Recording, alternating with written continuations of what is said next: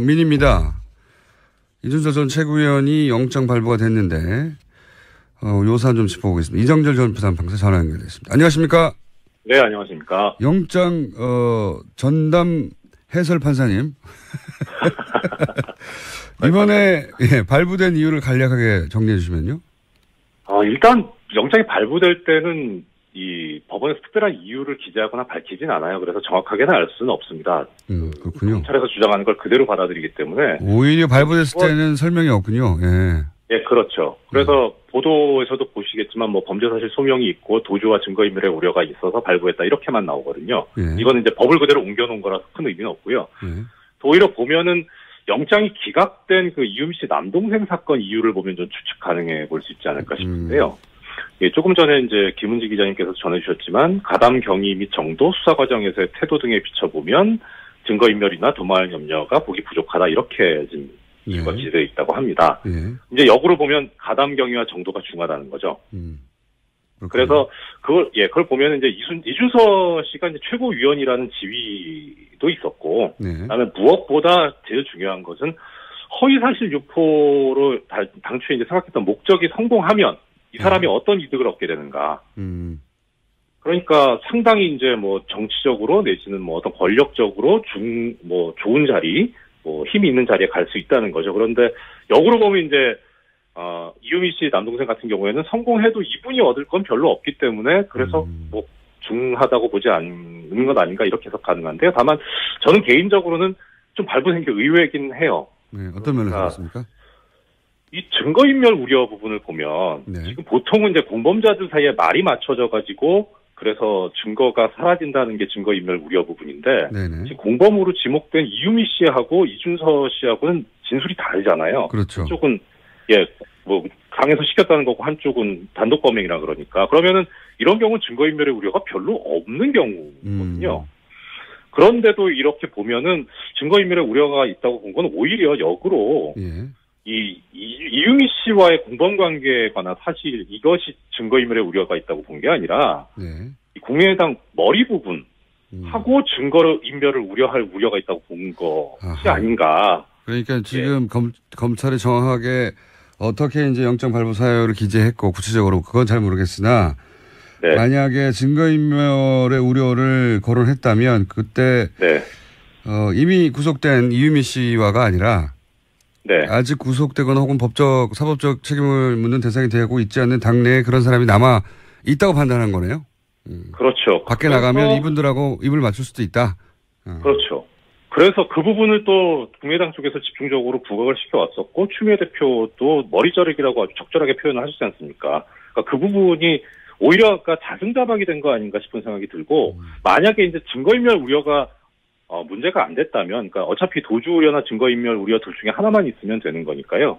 그럼 도주 우려가 있었다는 건데 이 부분을 보자면은 도주 우려가 있다고 하려면 실형 선고될 정도의 사안이다라고 본 거라는 거거든요. 그렇군요. 이거 아주 중대하게 본 거죠 법원에서. 그리고 수사 과정에서의 태도가 협조적이어서 동생을 구속까지 하는 필요가 없다고 한 걸로 보면 전면적으로 부인하는 것이 오히려 이제 불리하게 작용했나 봅니다. 그러니까 부인하더라도 어느 정도 합리적이면 법원에서 이제 방어권 보장을 위해서 구속할 사유가 상당성이 부족하다 이렇게 판시를 하는데 부인을 해도 뭐 좀 합리적이지 않게 한 것이 아닌가. 그래서 방어권 보장의 이익보다는 구금하는 것이 훨씬 더 공익적인 이익이 크다라고 재판부에서 판단한 것 같습니다. 그렇군요. 역시 판사님 출신이라 명쾌하게 해설을 해주시는군요. 고맙습니다. 예, 전문 분야인데 이 정도 해주셔야죠. 예, 평생 하셨는데. 그런데 이건 어떻습니까? 만약 이제 이렇게 되면 이제 공범을 찾게 되는 나머지 수사가 그쪽으로 가야 될 것 같지 않습니까? 근데 원칙적으로 그런데 이제 궁금한 것은 만약에 지금 이제 공명선거 추진위원단의 부단장이라든가 또는 거기 계셨던 분들이 직접적인 이제 대상이 될 텐데 그분들도 당연히 전면적으로 부인할 거 아니겠습니까? 그렇죠. 예. 이거를 유지해야 하겠죠. 당연히 전면적으로 부인할 것이고 본인들은 몰랐다라는 조작 사실 전혀 몰랐다라고 주장하실 것이고 그게 사실일 수도 물론 있고요. 뭐 네. 검찰의 수사 결과 아닐 수도 있기도 한데 지금 이렇게 구속된 정도라면 어떻게 전망하십니까? 지금까지 검찰이 내놓은 주장도 언론에 보도된 정도 그리고 파악하신 사안의 정도로 보아 일정 정도 책임을 묻게 되는 인사가 등장하게 될까요? 제 생각으로는 통상적인 이 정치계 사건에서 봤을 때 이준서 씨가 이렇게 되면은 본인이 다 덮었을 가능성이 크지 않을까라는 생각은 듭니다. 그러니까 이 사건이 종결된 이후를 생각을 해보면 이준서 씨 입장에서는 나중에 결국은 사실은 그렇지 않지만 본인이 다 스스로 내가 한 것이다라고 해서 뒤집어쓰고 감으로써 당을 지키고 이제 윗선을 보호했다라고 하는 그런 평가를 받을 수 있으면 나중에라도 어떠한 대가를 얻을 수는 있을 거거든요. 10년인데요, 10년. 이렇게 되면. 그거는 피선거권의 문제지 당직이라든가 다른 부분에 있어서는 전혀 다른 문제니까요. 야, 제가 마지막 질문을 잘못한 것 같습니다. 그 부분은 정치의 영역인데. 예, 그렇죠. 네. 판사님이 전망해서 맞을 리가 없는 보통 보면, 그러니까 저는 이제 그냥 그 법률적인 어떤 그 법조계의 이런 관행 같은 것을 보면은 이게 만약에 이준서 씨에 대한 구속영장 청구가 기각이 됐었다면 어차피 수사는 할 겁니다. 왜냐면은 이게 그 보고 라인이라든가 내지는 알게 된 경위라든가 이런 걸 보면은 공범 관계가 어느 정도까지 확대되는지를 조사를 안 할 수는 없거든요. 다만 이제 그 강도의 문제인데 이준서 씨에 대한 구속영장 청구가 기각이 됐었다면은 그러면은 그 바로 위에인 이제 부단장급 거기는 영장 청구를 당연히 안 하겠죠. 어차피 지금 아랫선에서도 기각이 된 마당이라. 그런데 그렇겠죠. 지금 이렇게 되면은 이제 부단장급에 대한 영장 청구도 검찰에서 좀 고려를 해봐야 되는 상황이 된 게 아닌가. 그러니까 어느 정도, 그러니까 어느 정도 이제 법원에서, 그러니까 검찰 입장에선 정권 초기이기 때문에 뭐 어떻든 간에 지금 이제 그 나름대로 판단을 하든 뭐 어떻든 정권의 이 그 향배 어떤 생각을 의중을 염두에 두지 않을 수가 없는데. 그래서 영장 청구도 하긴 해야 될 거거든요. 그런데 어느 선까지 할 것이냐에 대해서는 그 눈치를 볼 수밖에 없는 상황인데 그걸 빠져나갈 수 있는 그런 길이 법원에서 영장을 기각을 해줘야 되거든요. 그러니까 이 정도까지 이렇게. 그래서 법원에서 영장이 기각이 됐으니까 우리는 더 이상은 이제 영장 청구를 안 하겠다라고 하는 명분이 생겨버리는데 이 이준서 씨가 지금 영장이 기각이 됐으면 여기서 그냥 끝이었는데 발부돼버리는 바람에 그 윗선까지도 검찰에서 고려를 해야 되는 상황이 돼버린 거죠. 알겠습니다. 여기까지 듣겠습니다. 감사합니다. 네, 고맙습니다. 지금까지 이정열 전 부장판사였습니다. 네, 이준서 전 국민의당 최고위원이 오늘 새벽 구속됐습니다. 서울 남부지법은 범죄 사실이 소명되고 증거인멸 및 도망칠 염려가 있다면서 구속영장을 발부했습니다. 반면에 이유미 씨의 남동생에 대한 사적 구속영장은 기각했는데요. 가담 경위, 정도, 수사 과정에서의 태도 등을 비춰보면 증거인멸이나 도망칠 염려가 있다고 보기 어렵다라는 이유입니다. 자, 이 문제는 저희가 주요 영장 발부 기각 사건은 저희 담당 부장판사가 있거든요. 전 부장판사, 이정열 전 부장판사를 잠시 후에 민의로 연결해서 짚어보기로 하고요. 자, 다음, 요 관련해서 뉴스가 좀 많죠? 네, 아시아투데이가 이준서 전 최고위원 구속영장을 입수해서 보도한 바가 있습니다. 이준서 전 최고위원이 이유미 씨에게 국민의당 청년위원장직을 제안했다라는 건데요. 이번 건만 잘 해결되면 국민의당 청년위원장직을 될 수 있도록 도와주겠다라는 거고요. 또 청년위원장은 국민의당 최고위원을 겸직하고 최고위원이 되면 쉽게 비례대표 국회의원이 될 수 있다라는 취지의 이야기도 했다라고 합니다.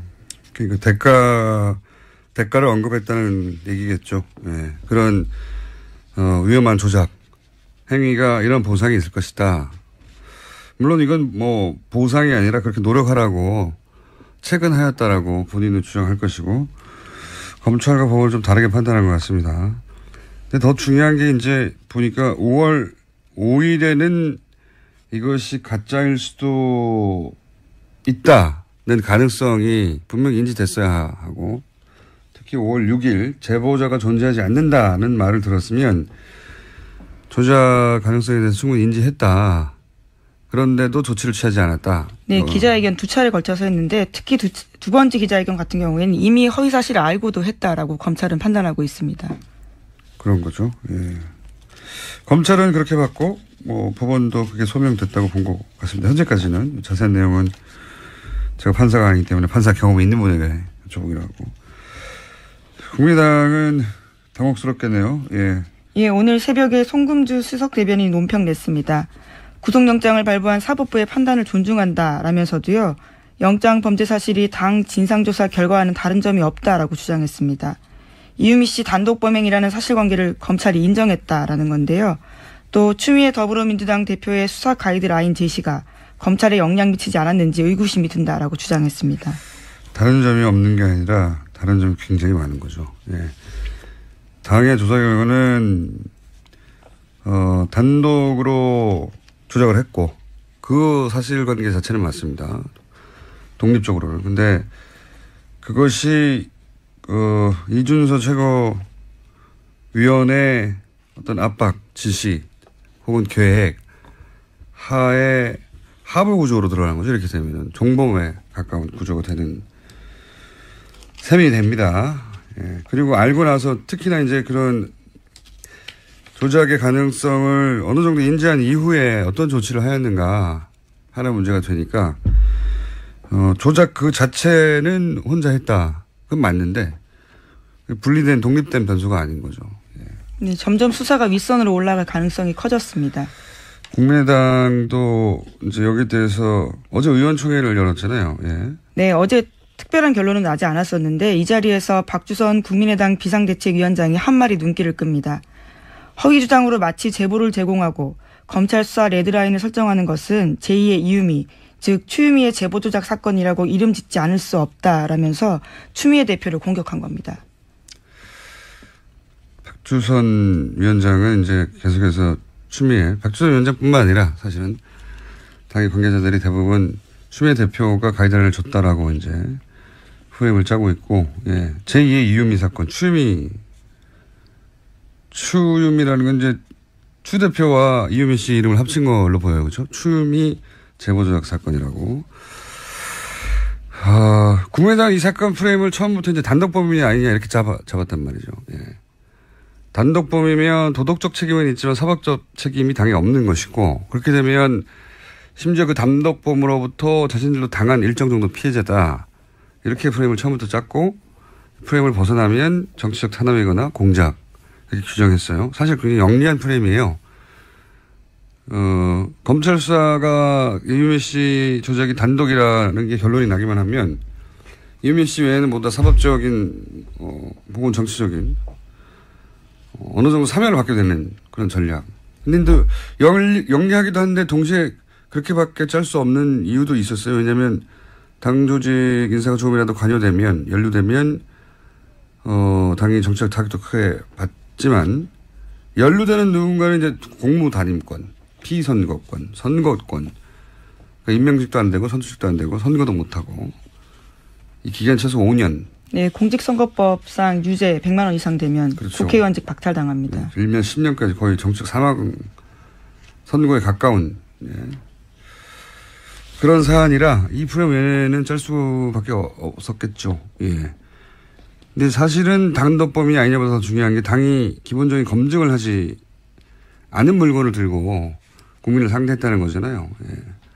예. 이게 질문은 과연 공당으로 충분한 자격이 있었던가, 제 역할을 했던가, 이게 그 질문 대상이 되는 건데, 이 질문을 스스로 해야 되는 거거든요. 근데 지금 대응은 대부분 외부에 자꾸 책임을 묻단 말이죠.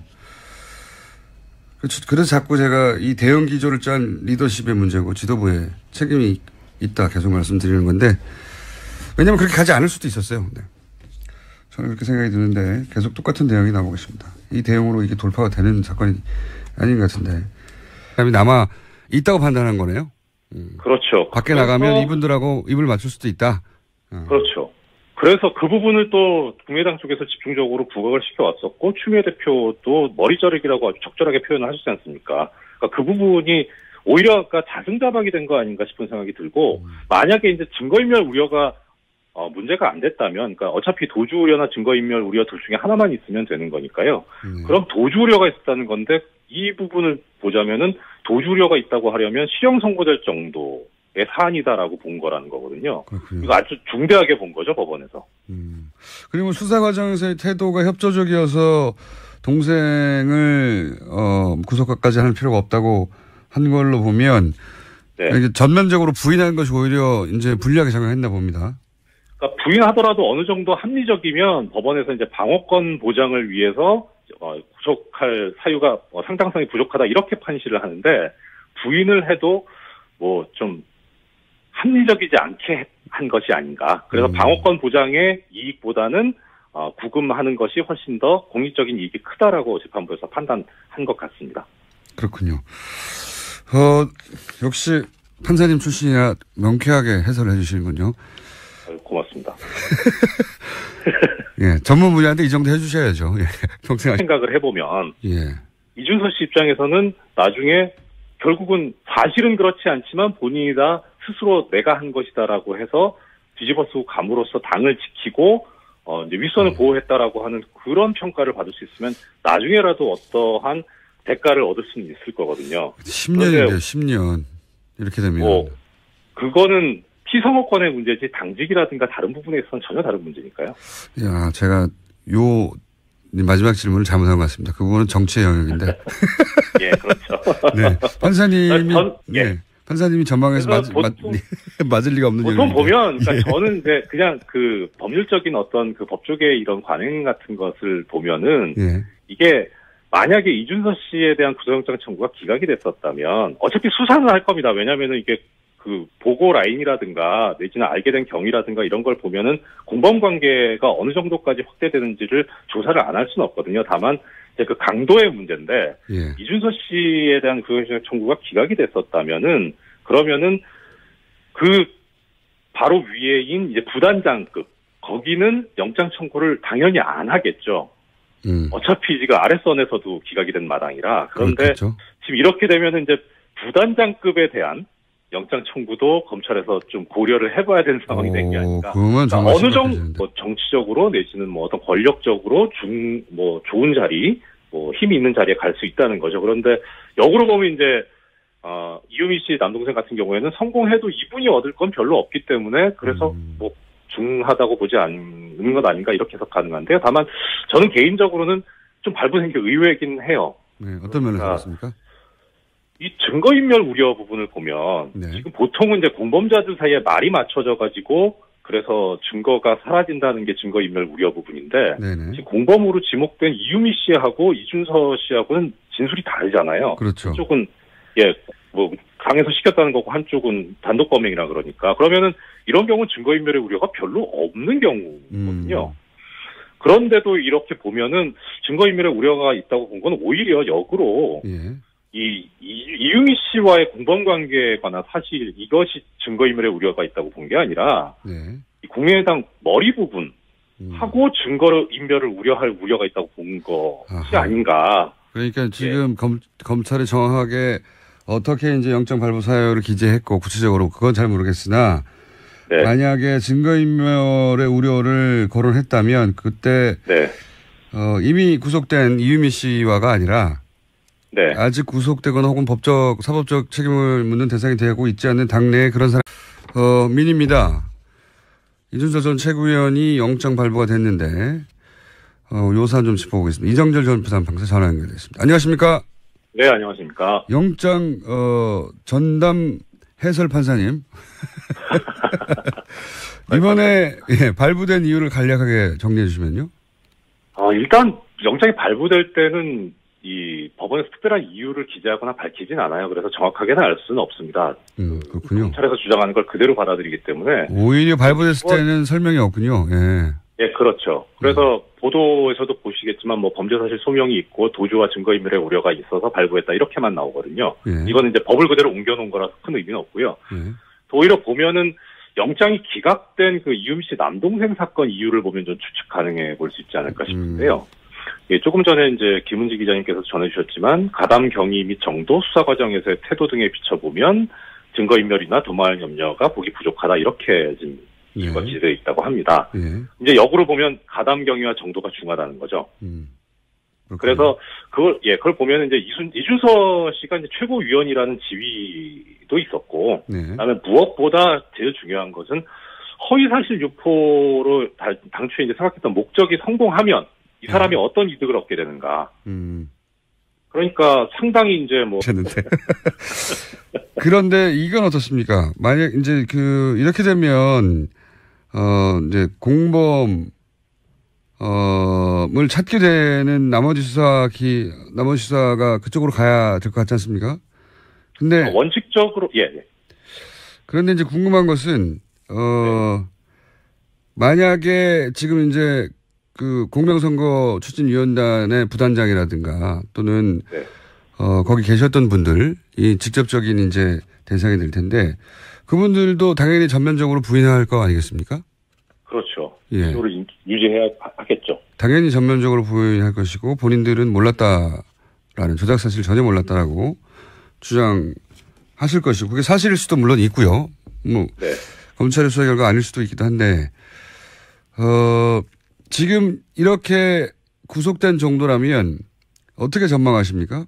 지금까지 검찰이 내놓은 주장도 언론에 보도된 정도 그리고 파악하신 사안의 정도로 보아 일정 정도 책임을 묻게 되는 인사가 등장하게 될까요? 제 생각으로는 통상적인 이 정치계 사건에서 봤을 때 이준서 씨가 이렇게 되면은 본인이 다 덮었을 가능성이 크지 않을까라는 생각은 듭니다. 그러니까 이 사건이 종결된 이후를